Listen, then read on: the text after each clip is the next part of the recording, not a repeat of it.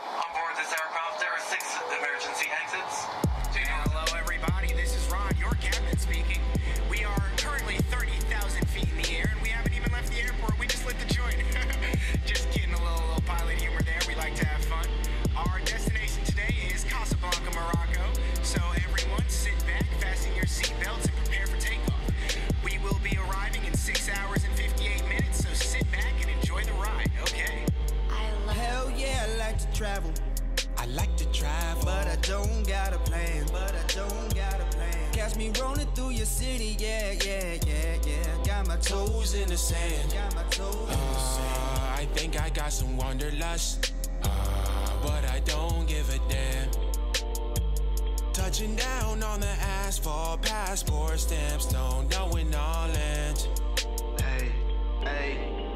I ain't really trying to fuss about it. I just want to take off on a Boeing jet. All I got's a little duffel bag full of underwear and a swim set. 7 footers. Here we are. Love that intro song. I get too wrapped up in it. It feels real nice, right? It makes you kind of feel like, I yeah, like it's it. a I good want to vibe. travel now. Well, we got some travel coming up. That which we'll is get to later. right. Yes, we will. So, teaser for later. All right, guys, Gerard and Jenna back here for another jam-packed episode of the best NBA headlines, exclusive content, predictions. All sorts of craziness. And today, drum roll, is our midseason awards. It is mid-season awards time. Guys, we are at the halfway point of the NBA season. That's the thing. Everybody's like, what? Yeah, no. All-Star ain't halfway. All-Star's 2/3. We are halfway. Every team has played its 40 games by now, so it's go time. That's beyond crazy to me. I For know. real. But before we get to the awards, we have to cover the headlines, hottest topics, all of that. And lately, we've kind of been on a more somber note, which is what we're starting on today. This was kind of a out of thin air story that took over the internet. Disturbing. Very disturbing. Okay, we have Delonte West. I hope I'm not mispronouncing you're that, right. but that's how it goes in my head, so we're doing it that way. Anyway, pretty disturbing footage surfaced online of him in the streets of D.C. being allegedly beaten, that's what it appears to be, by another man, apparently, that he knew. There's not too many details surfaced from police, seeing as both men supposedly chose not to press charges and not to seek medical attention. But there is more video footage of him handcuffed and with his hands behind his back.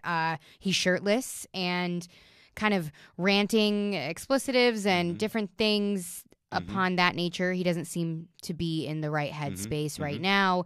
And there's a huge debate online of news outlets even and other fans and even some, journalists sharing the video, and people are calling to action not to share it. And a lot of people are calling on the NBA to help him. And I'll just leave it on this note before I open the floor to you.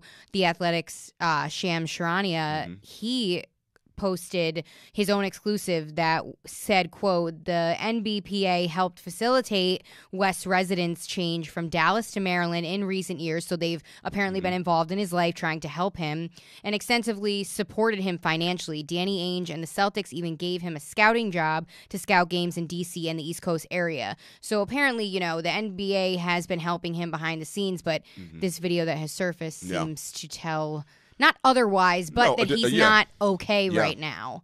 It's so Delonte West, as everybody knows, former player, played with the Cavaliers, played with the Mavericks, played with the Celtics. He was diagnosed as being bipolar during his playing days. He disputed that, but it is clear from anyone watching that video that he's just not in the right frame of mind. And there's been a lot of troubling and disturbing behavior since he's left the NBA. And the first thing I want to tackle is the responsibility of journalists like us, people in the media, and what we should be doing. Me personally, the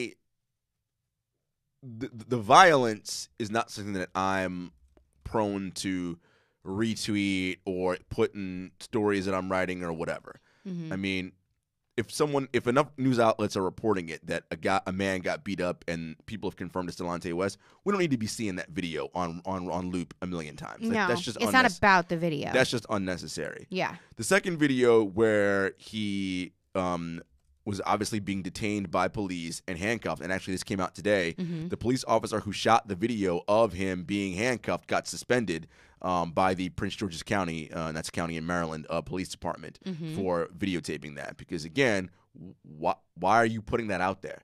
And it's this idea that we have now in this culture about becoming famous by literally taking people's lives and putting it on display. And the point is, what are we putting it on display for? We are putting it on display for our own enjoyment and entertainment. Mm-hmm. And when it comes to serious matters like this, that's not right. No. And look, you guys know Jenna and I love a joke and funny internet memes as much as the next person. But there is a line that we need to draw around certain things. Yeah. And, poking fun at this man who has kids and is somebody's son and all these things, that's not okay. And it is the idea, it's this notion that we're at now where we don't value people's humanity anymore. Mm-hmm. And it's problematic. And we talk about all the time with athletes, people do that, and it needs to stop. And, retweeting it so you get, so it goes viral so people know who you are, and that's and almost clout chasing. Like it's unnecessary. And, obviously, we hope the best for West. Now, as it relates to the NBA, the NBPA, and what their responsibility is, I did reach out to the NBPA for comment, and I didn't hear back from them.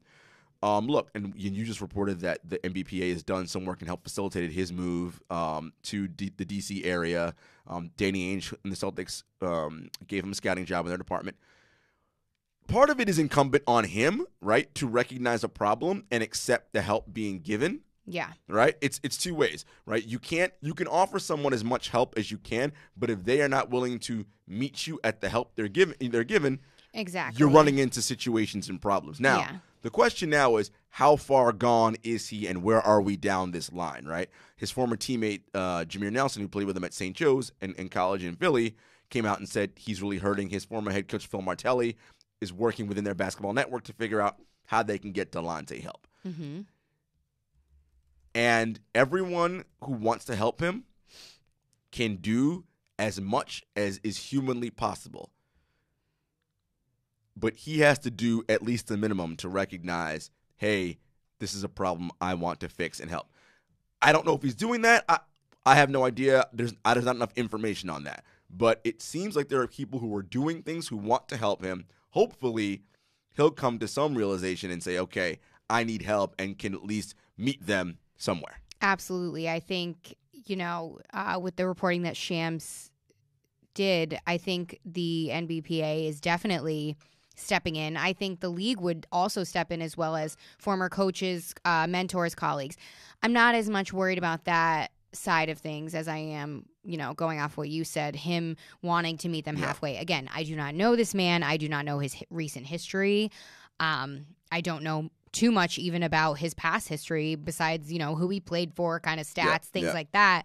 But it's always a debate when it comes to that type of conversation. I personally know people in similar positions too. And, it goes down to a lot of the saying, you can't help people as much who don't want to help themselves. Right. And it's, it's also this idea where we're like, in some ways, even though the NBA and the NBP are great and they're doing stuff, in many ways, it's also not incumbent upon them to do anything, right? Like, if you work for Target for 20 years and then you leave, Target isn't going to, be out here, trying to help you post, right? I mean, I know this is sort of different scenarios, but like, that is the situation, right? Like, you are a part of a labor force that you are now no longer a part of. Now, the Players Association is a union that helps its former and all the things. But again, to the earlier point we made, they are doing things. Where is Delonte in this, and how much of the help is he accepting, and how much is he moving forward in trying to accept that help? And again, it seems like it's a rough situation, and all we can do is hope that he gets the help he needs and things turn around, because you never want to see anyone struggle like this. No, absolutely not. And if there is any league that will step in, it is the NBA. They're very big proponents of I should say, helping life after Yeah. the league. Oh, yeah. The So- NBPA, Michelle Roberts told me, the NBPA, who's the executive director of the NBPA, all of our players will become former players at some point. And it is our job to make sure they are ready for that transition for life after basketball, right? yeah. So I think the NBPA definitely does all that it can do to help its members in their life post-career, Absolutely. post-playing career. For sure. So, we wish him the best. We extend our well wishes. And let's move on here to current basketball talk because we have to talk about the trade deadline that is slowly creeping up, Yep, February 6th. Yep. There is a lot of chatter around the Sixers. So I guess the question is, should the Sixers trade one of their main pieces, Joel Embiid or Ben Simmons? Now we know that Joel Embiid is sidelined with, a hand injury at the moment, specifically the dislocation of the finger. He had surgery, successful as well. But we also have Ben Simmons, who is on the floor playing some of the best basketball he's ever played. Now we can't seem to get all of the 5 starters together to create longevity success. So is the answer a trade, or do we need to pump the brakes? Well, this is so interesting, right? Because this comes up always when one of them is out. Yes, it's like, come on. And the reality of it is, and anyone who watches basketball knows this, in the way that they both currently play, it is an awkward fit. Yeah. They just don't fit. The spacing is very clunky. Clunky is the good word, yeah. I mean, they're all over, 6'10"? Well, right. Simmons is 6'10", and Embiid's 6'7", 172", right? So you basically have 2 centers on the floor at the same time. And then now, in a lineup when Horford's healthy, this lineup is big, which we all love, but the issue is that Simmons, as your primary ball handler, does not stretch the floor because we know he does not shoot. So when Embiid's on the floor, this is when we have all these clunky problems. Yeah. The Sixers were in town Monday on Martin Luther King Day to play the Nets. And they won that game. And, of course, I was there. Simmons had a triple-double and looked phenomenal. So good. What I love about the way that Brett Brown uses Simmons when Embiid is not on the floor, he uses him as the actual 5-man, right? So he puts him at center, or he has Simmons be the screener, right? Setting the screens. So that now he's rolling towards the basket. But if he catches it and also everybody collapses on him, he's a preternatural elite passer. He can find open shooters. I mean, it's wonderful when they have him use him like that. And then you see a whole nother level of his game get unlocked, right? Now, that's a problem when Embiid's on the floor because, well, you can't do that because Joel's here, right? And so, look, the Sixers are likely not going to trade either one of them, at least not this trade deadline. No. However, the question deserves to be asked, long term, is this partnership one that can work? Now, in and of itself, that question is maddening. It's like, what? Why would you ever trade 2 basically 7-footers who are 23 and young? What? 7-footers. Shouts to ourselves. Why would you ever trade 2 young bigs like that? That's with the skills that they have. That's insane. You got to figure out a way to make that work. But again, if Ben will not shoot when they are on the floor together, this is a problem. I mean, I think that one of the key words there, too, is young. They're young. If we really do dissect a lot of it, this roster, especially this starting 5, they haven't had too much time together, consistently at least.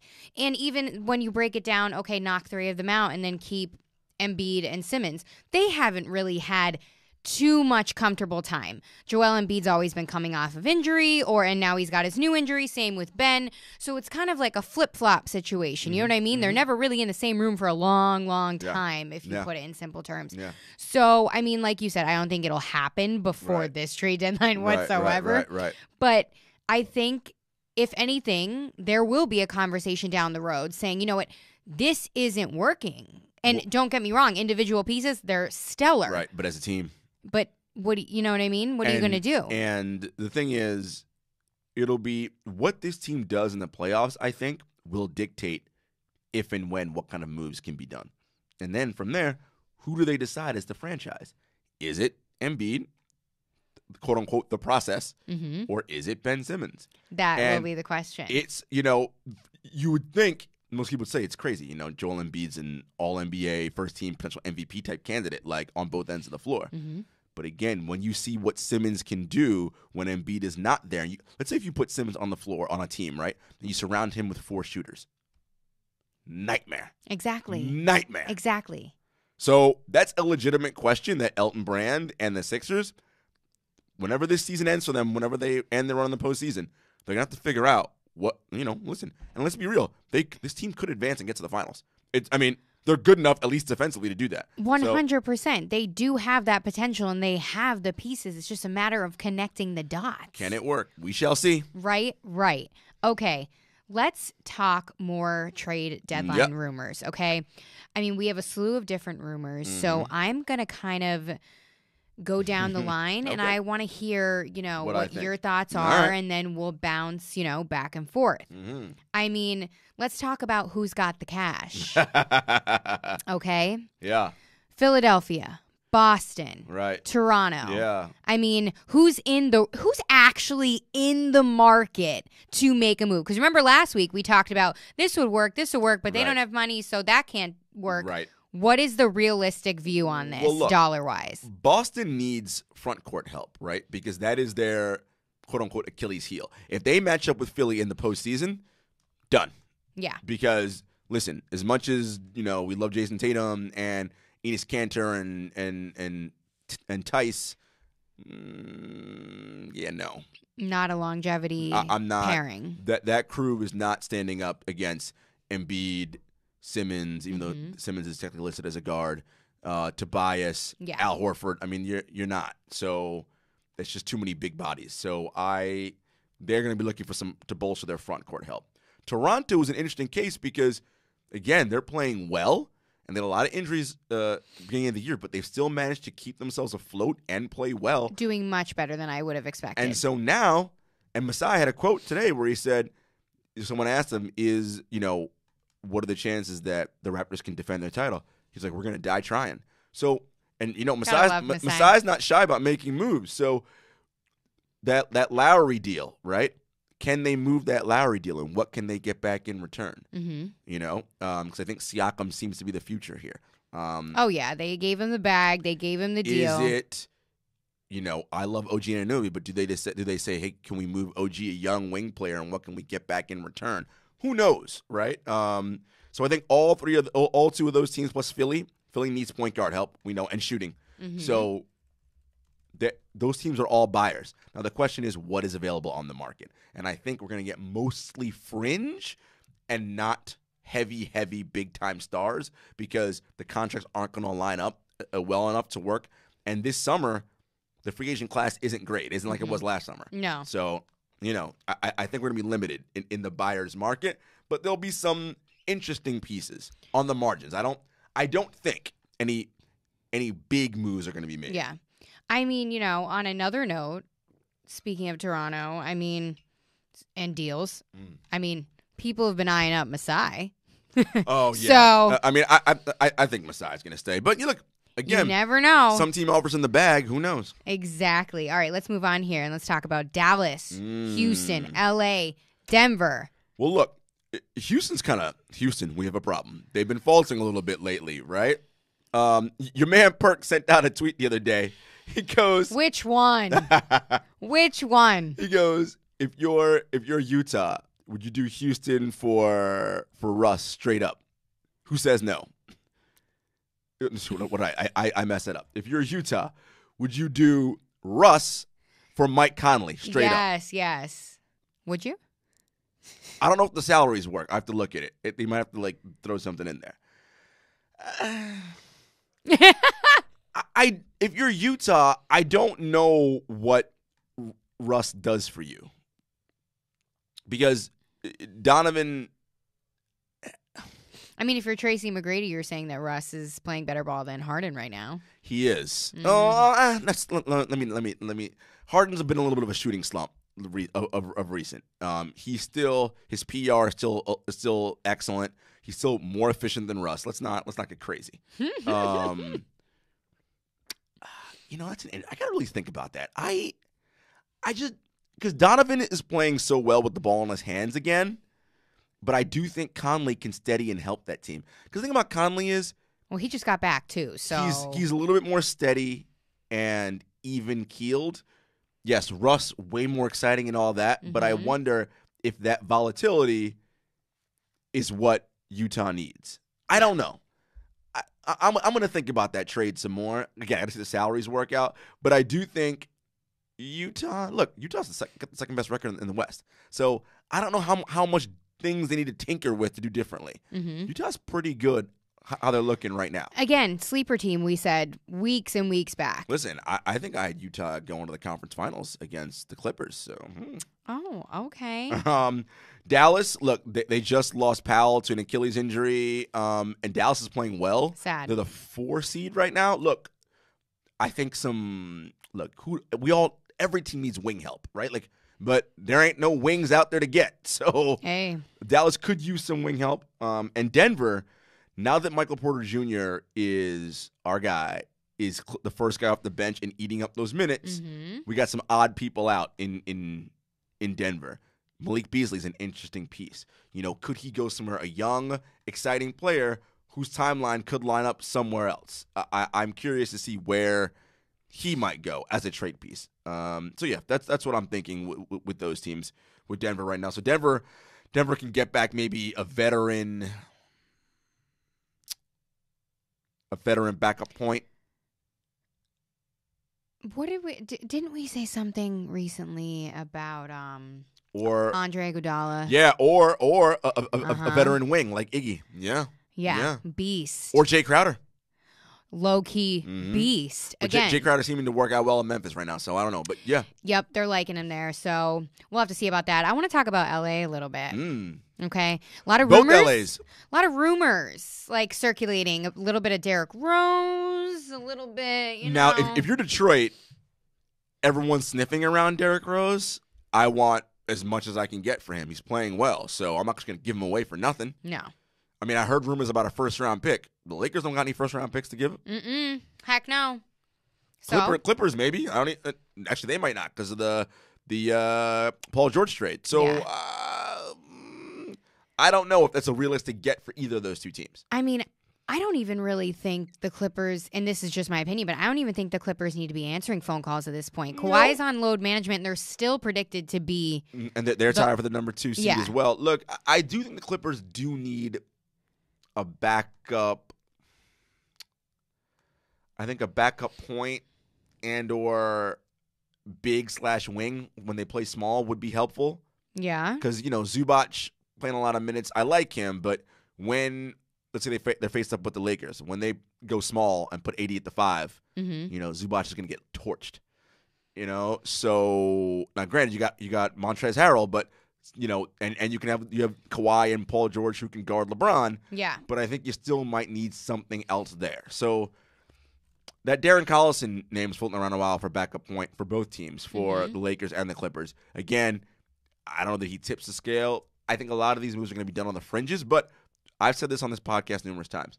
Championships are often won on the fringes, right? It's, that late addition piece was key because that player can now hold down 10 to 12 minutes in a key game and, you either remain even or you go up by a point or two, right? And that doesn't seem like a lot, but that is huge when you're talking about the conference finals and NBA finals, right? That's the thing. When I take this guy off for X amount of time, are we a minus? Because if we are, that's a problem. Because these guys got to get blows. They got to get a little bit of rest where they can. So it'll be interesting to see what the LA teams do. Again, I don't know. Kuzma is the big talk out there. But again, as I mentioned, Jeannie and Rob love him. And I don't know if they're willing to part with him. Now, if LeBron comes in and is like, look, I think we can get X, Y, and Z for Kuzma, maybe. Because, look, Kuzma, as I said before, love him a lot, great player, but he ain't a star. He ain't Anthony. It ain't the big 3, right? He's not a 3 on the level of LeBron and Anthony Davis. I mean, moving him would really hurt his his LA clout. I mean, didn't you read the latest news? He was spotted on a dinner On a date date with with Vanessa Hudgens. newly single Vanessa Hudgens. She ain't wasting no time. huh? Heck no, and I wouldn't either if Kuzma was knocking on my Oh, door. Lord. Not for me, but for you, girl. For you. Kuzma and his Eminem blonde hair. You do Good you. Lord. Not a fan, Not a but fan of that. hey, Oh, to speaking each his of, own. to do our our celebrity crossover portion of this show, Yeah. I was leaving the Sixers locker room on Monday. Who'd you see? Kendall? Yeah, I did. Tell Yeah. me everything. I mean, she was just Kendall.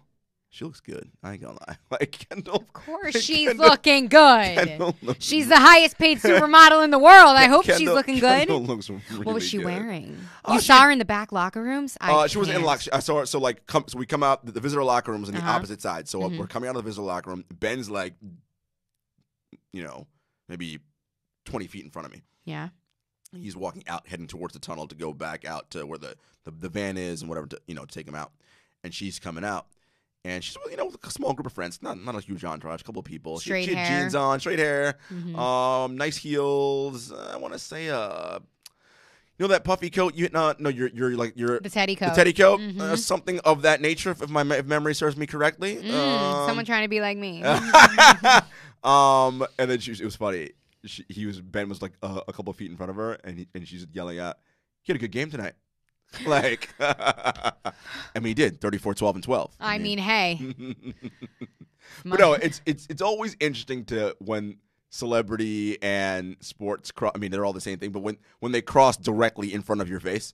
Oh, heck yeah. And so it seems, as I was talking with one of my buddies, and he was like, "They back on again?" I was like, "It would appear so." Oh, it's on. It is on. I mean, they've been on and off again for 2-3 years. Oh, yeah. Yeah. They spent New Year's together in Philly. I heard. Yeah. Yeah. Saw the pics. Ben's mom was also in the house. Oh, yeah. She spends a lot of Monday time night. with her at the games. Yeah. Well, Wow. good for them. Look, we hope that Ben and Kendall, Ben and Kendall. It's Bendel, That's- as the fans would say. I'm not making it up. Oh my God. The fans really call them Bendel. Moving on. Look it up. It's a real thing. Okay, moving on because this is not an entertainment news podcast. Okay, I know we touched upon it really quick, but I want to know if you had any last thoughts on Memphis moving Crowder and or Iguodala. Stay tuned. I Memphis is in that 8 seed right now, and I think that they're playing a lot better than maybe even they thought. Yeah. So now the question is, what can we get for that Iguodala piece? Because contending teams want him, and can we? I mentioned this before. Can we bring someone in who's young and talented, who's on the same timeline as Ja and Triple J? We'll see. Very, very true. Okay, let's talk. We talked Derrick Rose again already. We did. Yep. Now, let's talk about Portland because recently we are hearing that he has been going full force, full contact. Who Nurkic? You mean? Or Nurk, yeah. Oh, yeah. okay. Nurk, sorry. Yeah.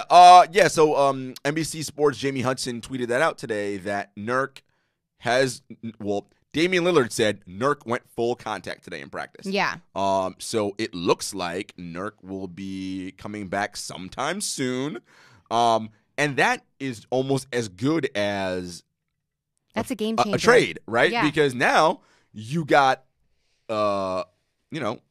their big-time big man, their center, Yeah. back on the floor. And if they get Zach Collins back, I mean, hey, Portland can They're going then, to be a different team. and they can make that run at that 8 seed. We just talked about Memphis being there right now. Between Memphis, Portland, San Antonio, and we'll talk about New Orleans in a second. They're all jumbled up in there right there. And any team that goes on like a 6-game win streak or a 6-game losing streak, and all those teams are very capable of doing either or that I just mentioned, hey, that 8 seed is going to be up for grabs. And, we can't speak about Portland and not, throw a shout out to Dame for dropping 61. Oh, yeah, on MLK Day, a record. Listen, Like, Dame. are you serious? Listen, Dame's the heart and soul of that team. And He loves Portland. He does. He's doing his thing. Shouts to Dame. Wow. Love it. All right. We need to move on here because it is a big night. Tonight, January 22nd, Zion makes his return against the Spurs at home. Now, I was catching up on all the news on this because it's Yeah. a monumental night. The Pelicans actually approved ESPN to move this game so it is televised. Yeah. Nationally televised. This Yeah. is huge. He's coming off a knee injury. Yep. Obviously, his minutes will be limited. Yep. He's supposed to be in the starting lineup. Now, I mean, they have a favorable schedule coming up, so the odds are in Zion's favor as long as he remains healthy. Tell me your thoughts on the big return. Look, I like every other NBA fan, I'm excited that he's back. This is the most hyped rookie coming into the league since LeBron James. The NBA needs Zion. The NBA build. I mean, we talked about it beginning of the season. The Pelicans were on national TV a ton, and without Zion, it hurt. But him coming back tonight and all the promos and everything, look, it's going to do big numbers tonight. What I'm curious to see is what he looks like in his first NBA regular season game. Yes, we know he dominated and played well in Summer League, but Summer League and NBA regular season are completely different things. So I'll be curious to see what he looks like, tonight. When you guys hear this will be sometime tomorrow, Thursday, when you hear the pod. So you'll know what his stat line looks like. They can play something like 20-something minutes tonight. I could see 15 and 7, somewhere around there tonight. Of course, everyone wants to see he's going to do a highlight dunk. Is he going to, what kind of explosiveness are we going to see? The main thing is I think his energy is going to lift not only the team, but also the fans in New Orleans, right? There's going to be a buzz, and now they're all going to be all in on the Pelicans and their run. And sneakily, Lonzo Ball starting to play well, finding his groove. Brandon Ingram. Listen, that boy's getting a max contract. Look out. It's coming. Well-deserved, It's coming. too. I mean, he's It's gone coming. through some moves, injury, and he even came out, too, and said through all that adversity that he faced, it was a depressing time. It's coming. To find your and mojo after that is hard. Drew's playing well.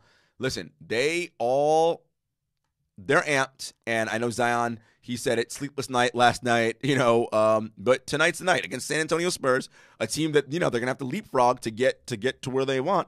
So I'm just excited to see what he looks like, to see what this Pelicans offense looks like with him on the floor. Me too. And, we'll I mean, they have to have plays already worked we up. We will temper our expectations and not go crazy and expect that we're going to see, the second coming of Jesus. But, it's all good. But I'm excited. I'm really looking forward to seeing this Pelicans team play. It's just going to be, this second half of the season is going to be super exciting because that playoff seed in that 8 seed, you got Memphis, a young team, John Morant, Triple J. We talked about them at length last couple podcasts. This New Orleans team, the tried and true San Antonio Spurs, and Portland, who we just mentioned, is getting healthy at the right time. Exactly. And going off of what you just said with the exciting second half of, this season, it's going to be fun because teams' identities are going to change. The seeds are going to fluctuate like crazy.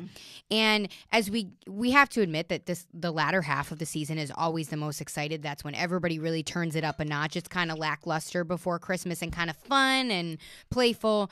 And I think we're going to see identities change. A lot of players coming back from injury. I mean, it's an exciting time, especially right now. It is. And we are, I can't wait. I'm looking forward to the game tonight. Heck yeah. So we'll be tuning into that as soon as we run out of here. As soon as we get out of here. But now to the most exciting part of the podcast. Awards! That is right, baby. It is awards season, and we are celebrating by giving you guys our mid-season picks. 7-footers mid-season awards. That is right, baby. Now, how do we want to do this, Gerard? Why don't we'll just go back and forth. So Okay. We'll start with you. MVP. Okay. Oh, gosh. Right now, I have Giannis Antetokounmpo. I mean, Milwaukee Bucks, no surprise. You say that like you're nervous about it. What's there to be nervous about? No. It's not that I'm nervous about it, but, usually LBJ is there for me. But you know what? I have to give it to Giannis, despite he is the reigning MVP. He might be the back-to-back. Look, Giannis is averaging basically 30, 13, and 6. Very possible he can do a back-to-back. I mean, his three-point shot is improving. I mean, he's playing like a beast. Look, times 12. I mean, there's nothing surprising here, but what are you going to say? But the thing that's surprising is he's actually better than last year. Exactly. Right? That's what's surprising. That's the scary thing. 30 points, 13 rebounds, 6 assists. Yep. His shooting splits 55, 32, and 60. Now, the 32% from 3, that's what I always said. All he's got to do is shoot 32 because you have to at least respect him out there.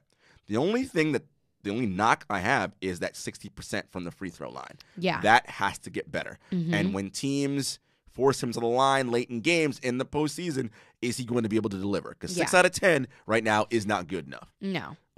His offensive and defensive rating, 117 is his offensive rating, 96 defensive rating, best in the league. And his PER, 32.7. I mean, the numbers say it all. The Bucks have the best record in the league. Giannis, every night, is coming out to dominate. And even when he's playing like teams it doesn't matter. You know? He is playing at that heightened MVP level every single night. And he said that. He's like, I'm coming for you. And the thing is, he's like, we got to get better. We got to get better. So that loss in the conference finals last year, that stung, and he wants to chip. Oh, absolutely. Because he wants to cement himself as, now you guys can't say anything. I have an MVP, possibly two, and an NBA championship. Exactly. And if we think about it, too, when we talk about an MVP, an all-around player, think about this. Before Giannis, Milwaukee was not a destination anyone wanted to be. I mean, it's still technically not a destination, but if you get the call to go play with this man, you want to go. There's at least some. If you get traded there, you're not like, oh, this is terrible. Now, will free agents decide to go there? I still doubt it because it's still Milwaukee. But the opportunity to play with Giannis, that's huge. Exactly. Next up, Rookie of the Year. I mean, again, I don't think this is any surprise. Ja Morant. I mean, 18-7, 49, 40, and 80 splits. Yeah. And he tries to literally murder everyone when he dunks. His speed, dunking on people. I mean, he's fearless. When I think of Ja Morant, the first word that comes to my mind is fearless. Yeah, for sure. He has no back down in his game. Talk smack to whoever. He has proved that he belongs on this stage. And again, we just talked about Zion coming back. It doesn't matter. Zion's going to have to average like 40 points a game for him to take away Rookie of the Year from Ja Morant right now. And Ja Morant gives me a street ball vibe. Listen, he's bad on the court. He's bad. And he wants to let you know about it, and I love it. Listen, we talked about them. What was it with Harden? Tell that MFer about me. About me. Right. Well, go read the headlines, Harden. That's exactly. It. And, we talked about it already again on this pod, but I love that Memphis team. Him, Triple J, Brandon Clark. Another sleeper. I mean, they young guys, and they're in that 8 seed right now. I don't know if they hold on to it, but future looking bright in Memphis. Heck yeah. Never wanted to go to Memphis more in my life. All right. Let's talk a little six-man action. Six-man or Defensive Player of the Year? Oh, sorry. I skipped it. Oh, oh, my bad. I don't have my glasses on today. Yes, Defensive Player of the Year. I am taking this one with Anthony Davis. Interesting. I like that pick, actually. AD's been playing well defensively. He's wanted it. He's playing really well. And if I was going to give the MVP to Giannis, obviously DP had to be AD. It's tough. I'm still looking at Rudy Gobert. I just, his defensive numbers are still. He's a close second for me. Incredible. But you know who I had as my. So my line says Rudy Gobert, but Giannis. But Giannis's defensive rating is. He wants it too. He's coming for that one. Listen, Giannis could win MVP and DPOY in the same year. He could. Remember, Embiid said that's what he wanted to do. Yep. And no longer that's happened for Embiid this year. No. But Giannis is playing good enough on both ends that this could happen. But anyway, I got Rudy right now. Nice. I like that choice. Let's talk six-man. I have Montrezl Harrell. Oh, so do I. Yes! Dude, I love when we match. Montrezl's per 36 numbers are 24 points and 9 rebounds. Let's be fair and honest. It's a contract year for Montrez, right? So that helps. It does. But he's got career high in defensive beasting. Numbers. He's beasting right now on both sides of the ball. Yep. I love the attitude, the energy he brings off the bench for the Clippers. And the hustle. He wants pick and roll man. action. Like he wants to advance in the playoffs, and he's like, look, he came out the other day. He's never won a title, so he's like, he wants to play minutes. Right. The team keep he's getting hungry. better. He's starving. And it doesn't hurt that, he's running high-speed pick and rolls with Lou Williams. Oh, yeah, no. It doesn't hurt that he's surrounded by, Doc Rivers and that coaching staff, along with, of course, the pieces there. PG-13, everyone. And Kawhi. Listen, I love Montrezl Harrell. That's my sixth man. Yup, absolutely. Same here. I know this wasn't on our list, but did we want to do most improved? Oh, crap. I didn't put most improved on It's there, okay. You girls got you back. Go ahead. I got you. You know what? This was a tough one for me. It came down to Brandon Ingram and Markelle Fultz, but I'm going Markelle Fultz. Interesting. Markelle Fultz. He's balling. Wow. I mean, he's not balling, but I'm looking at the improvement. Okay. So from where he was with the Sixers, He kind of went MIA. Right. I gave him flack. Right. I'll admit it. He's back. He's doing well. I'm just happy. And when I say most improved, I mean here, in the head, and on the floor. You know, for me, most improved. God, I mean, there's like 3 guys I can go with. I mean, Yeah. you know, I love my guy Sabonis in Indiana. He's doing it. You love him. I also love what Bam Adebayo is doing in Miami. I mean, he's Okay. stepped his game up Okay. huge. Love what I see out of Bam. I like And that. you mentioned Brandon Ingram. So, to me, you can't go wrong with either of those 3 guys. No, not at all. Let's move on to Coach of the Year. Mm-hmm. I am heading down to Miami. Oh, Spo. Yep, for Eric Spoelstra. I think he's doing a wonderful job with Miami. Let's talk about in the beginning of the season when no one put Miami on the map except for a pina colada and a beach day. And our friend, shout out Brian Fonseca from the Ain't Hard to Tell podcast. You know, resident Miami Heat fan. Although He he's would not love a fan. this. He would love this. I know. I'm putting this on Twitter when this episode goes live, purposely sending him this part so he could back me up and throw it in your face. Thank you, Brian. Please do it. No, I'm not mad at that pick. For He's me, just doing wonders with that camaraderie down there, too. I mean, Spo's probably. I mean, he's no worse than top 3 coach in the league. Yeah. And so I mean, I'm not mad at that. Everybody loves him. The players, Oh yeah, everyone. It's the Heat culture down there. For me, coach of the year, I went Nate McMillan, Indiana.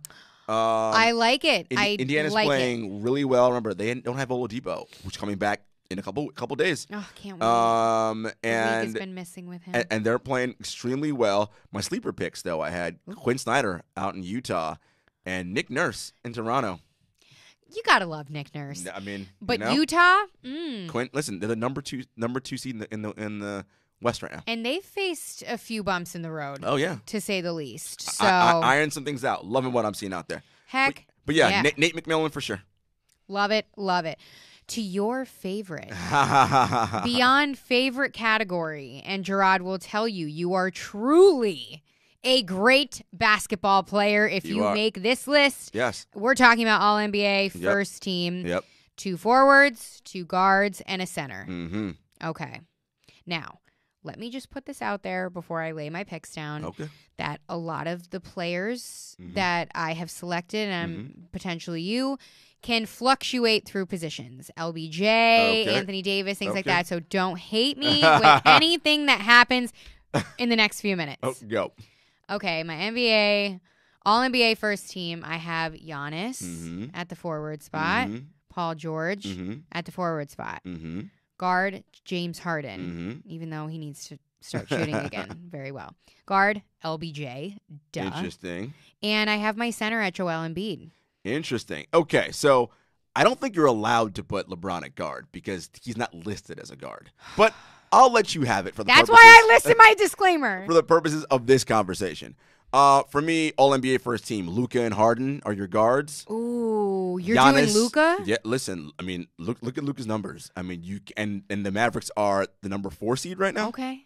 Luka and Harden in my backcourt, Giannis and AD as my forwards, and Joel Embiid as my center. And it was tough for center because I was like, Embiid's been hurt the last couple weeks, so I was gonna ding him for that. I tussled, but I didn't. Jokic started the season slow and he's coming on strong now. So if someone wants to say Jokic, okay. Yeah. I didn't put Karl Towns on because the Timberwolves aren't winning. So, but yeah, those are my 5: Luka, Harden, Giannis, Anthony Davis, Joel Embiid. Okay.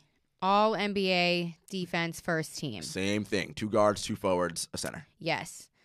My forwards, Paul George, Mhm. Kawhi Leonard. Mm-hmm. My center, Anthony Davis. And my guards, I went with Dame and Harden. Interesting. Wow. On defense. Surprising. So, for me, All NBA first team defense. Rudy Gobert is my center. Oh, I went back and forth with that one too. Anthony Davis and Giannis as my forwards. My guards, Ben Simmons and Eric Bledsoe. I like yours better than mine. That is my All NBA first team defense. If you look at the advanced numbers defensively for Bledsoe and Simmons, yikes. And Bledsoe was also in the running last year too. Yeah. So far, first half of So- the year, that's my all defense first team. I was going to say, good luck scoring against that team. No, you definitely beat me in the defense. Definitely. Good luck scoring against that team. Oh, man. And actually, they'll be good enough offensively with Giannis and AD. So, Exactly. I tried to split it up very little bit, but all good. we shall see. We shall see. And this is only the halfway point. So Exactly. things can change. So we can revisit, definitely. All right, let's go to another favorite segment that our listeners have been enjoying. Yeah. 2 quick minutes. Mm-hmm. And I spent 2 quick minutes with 76ers rookie Matisse Thybulle. Really like this kid, a defensive dynamo.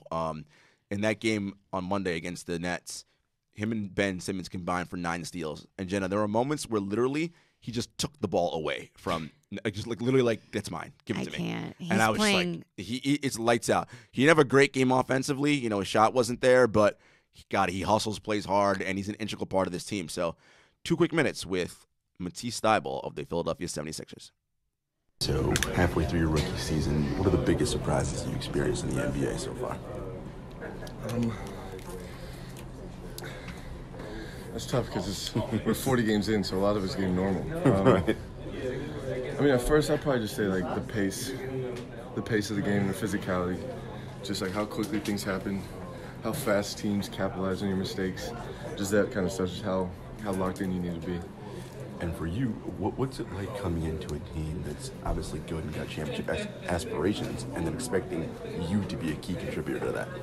I mean, I don't think it started off like that. So it's been a growing process where I think I've earned this role, and like through trust with my coaches and teammates, it's just developed and grown.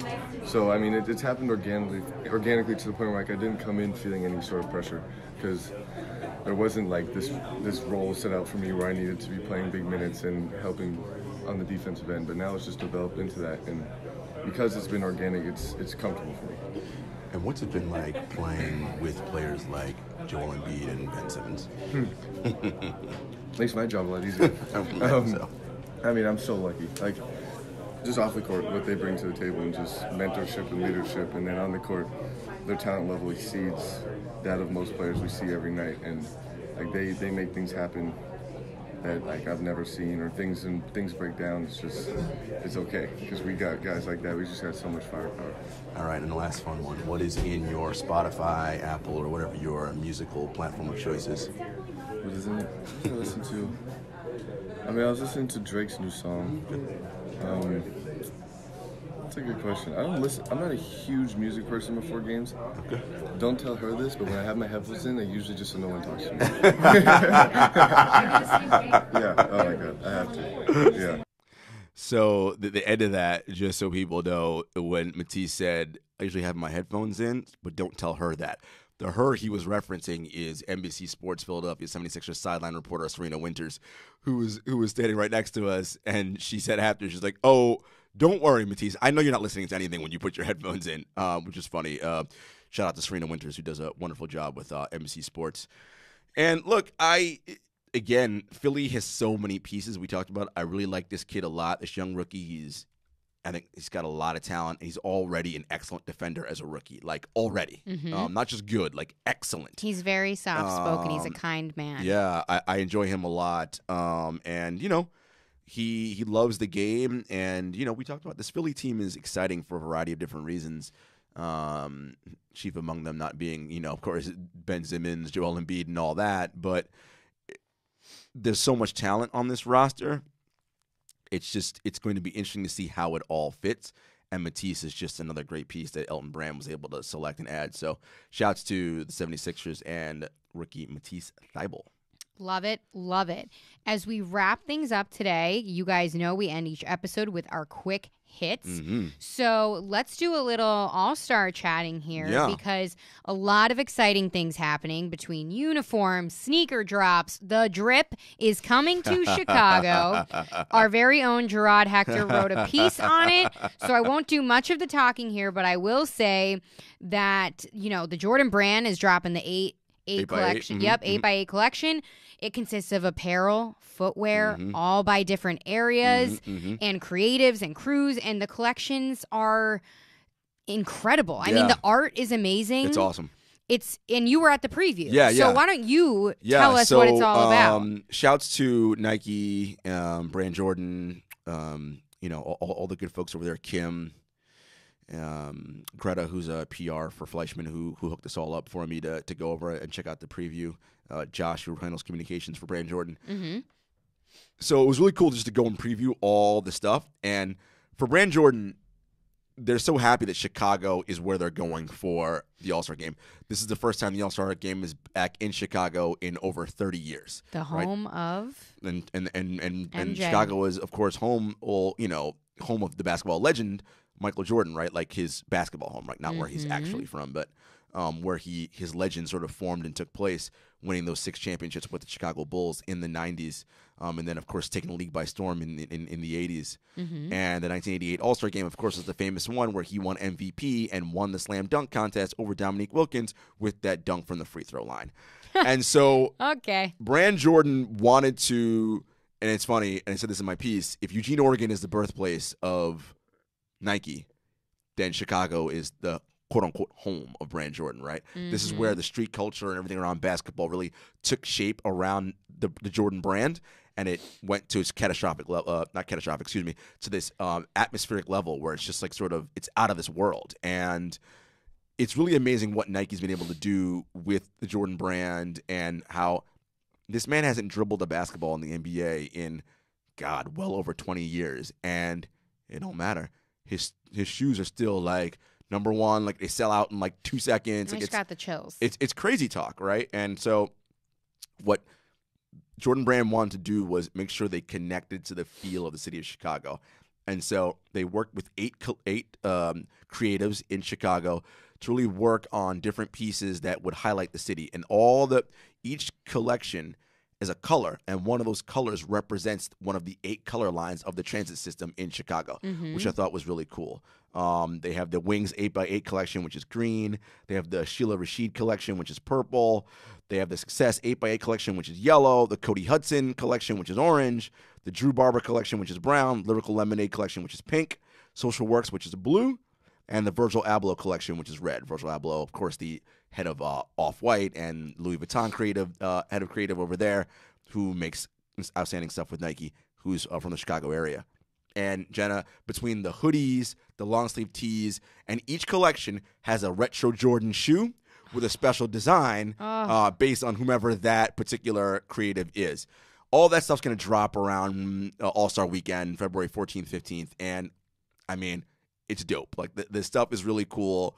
I'm gonna link to some of the art when I put the show notes up so you guys can see some of the collections, and it's online. You can find some of it out there. Incredible. And then Nike, of course, has a bunch of drops as well. It's coming out. All the NBA players with their signature All-Star shoes are coming out. The Kyrie 6s, the KD 12s, PG 4s, for the LeBron 17s, the Monstars, the new Space Jams. Those are out as well. It's really cool. And the jerseys, I can't say much about the actual All-Star jerseys because they're under embargo until tomorrow when the starters are officially announced and they do the selections, but those are pretty dope too. So when you guys see that tomorrow, and it's all the jerseys. It's the full jerseys for the actual All-Star game, the Rising Stars jersey, the Celebrity Game jerseys, and the NBA Cares jerseys. And Brand Jordan, this is the 3rd year in a row, the Jordan brand has been the official lead designer of all the All-Star game jerseys. And that warm-up suit that they're wearing for Sunday's game, fire. Fire. I can't wait. Fire. Gerard, shout out to you for the awesome exclusive and preview for All-Star. And as you guys know, the 7-footers will be in Chicago. Yeah, we're really going to put together a lot of good content for you guys. We're really looking forward to being out in Chicago next month. Actually, it's in a couple weeks. I mean, yeah, really. And actually, to continue on that travel kick, I'm going to the 7-footers jet is on the tarmac, waiting right now as we speak. It is. I'm going to be heading over to Paris for the NBA Paris game this week, and I'll have some content from there for you guys that we'll drop on this channel and on our feed. So. Incredible stuff coming out of you lately, and it always is. But just for real, gotta crank, man, gotta crank. Big props to you. Let's end this on an interesting note here. I found this piece to be so intriguing about Chris Paul. Yeah. As you guys know, he was, sent to OKC from the Rockets and a slew of draft picks. And it didn't seem as though it was a happy move at first. People were saying he wasn't going to fit in. It was a loser team, this and that, terrible move for him. But in a new OKC playing well. OKC, number one, is playing well. He's playing at an all-star level. And now he and his agents say he's closing the door to any trade requests out of OKC. And even if he were to be offered to be traded to a championship contender team, he says, quote unquote, via SI, no chance, that's not happening. Nope.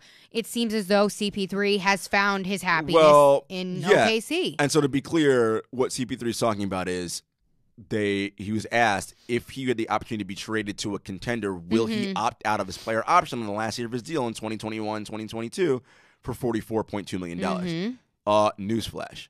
Nobody in their right mind is opting out of $44 million. Hell no. I don't care where you think you're sending me. I don't even care if you're in South Dakota. Who out there is turning down $44 million? Nobody. Nope. I don't care how much money you've already made. It's $44 million. And it doesn't hurt that he's very happy. He's happy in OKC, and listen, and I don't blame him. Not only that, he's the president of the Players Union. It would look pretty bad if he fought for these contracts and he decided to opt out and not take his money.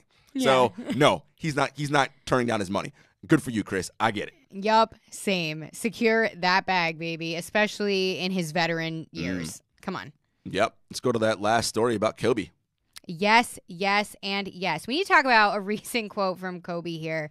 Now, he says women can play in the NBA. Now, and he called out a few particular women by name, right? Yes. Elena Deladon, Diana Taurasi. Yes. There's a lot of players with a lot of skill that could do it. He did name the women that you just named, including Maya Moore, who recently just said she will forego the next season to do prison. More criminal justice work. Yep. Criminal justice work. Yes, yes. So what do you think about this quote? We have a debate somewhat of the context of it, saying that women can play in the NBA. Is he discrediting the WNBA, which he is a proponent of? Right. So I personally do not believe that. Right. But it is interesting, what he had to say. Well, I think, look, he's praising these women by saying how great they are as players. Yeah. So I understand that, but contextually, they shouldn't have to play in the NBA. Yes, the WNBA agreed. should be the best professional league for women. Yes. And now with the new Especially with the new CBA they just signed, Yes. it is looking like it's moving in that direction, right? Minimum salaries have gone up, flight accommodations have changed, maternity leave policy has been extended, implemented. or implemented, I should At say. Hotel rooms, all those different things have been upgraded for them, which is very important, and that's the key. It isn't that they should go to the NBA because the NBA is quote unquote a better league. These are the best women's players in the world, so they should be able to play in the best league that exists. And the WNBA should be that league. And with this new CBA, we hope that it can go there. Yeah. I think more so Kobe was kind of saying, there's certain women that can keep up with the men in the different standards of the NBA. And there are elite women, right? Yeah, Yes. including the elite women that he did name. Absolutely. So, I don't think that it needs to be so much of an argument, but more of a, a dialogue. And more of a let's champion the WNBA, right? Yeah. And not say like, they should play with. It's like, let's champion the league that they're in and promote them. For sure. And even though there were critics about his quote, there's on paper evidence of Kobe's support and proponent of the WNBA. He's a supporter of the WNBA. Definitely, absolutely. I do see the dialogue that it did create, though. So it always. was interesting to know and worth noting. So, that was interesting. And, on a more somber note, again, Dallas Mavericks, Dwight Powell, tore his Achilles. We it was mentioned that confirmed. earlier. Yeah, we did.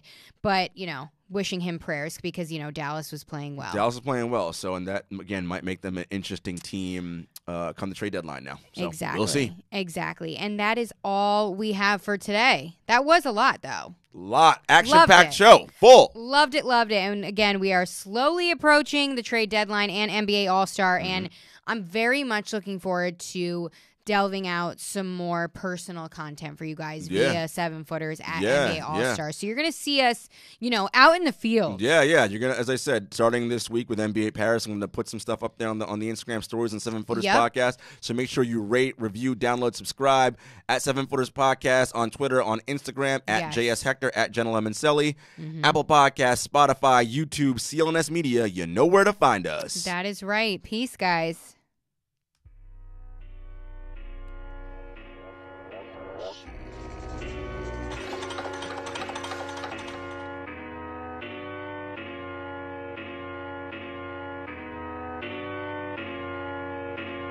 Spent a couple years out here with these raps, trying to have a plan that we made come true. Applied to some jobs, but I ain't hit back. I don't want to trap, what some man gon' do? Chevy told me come through to the spot. Got a little kickback, bring the whole crew.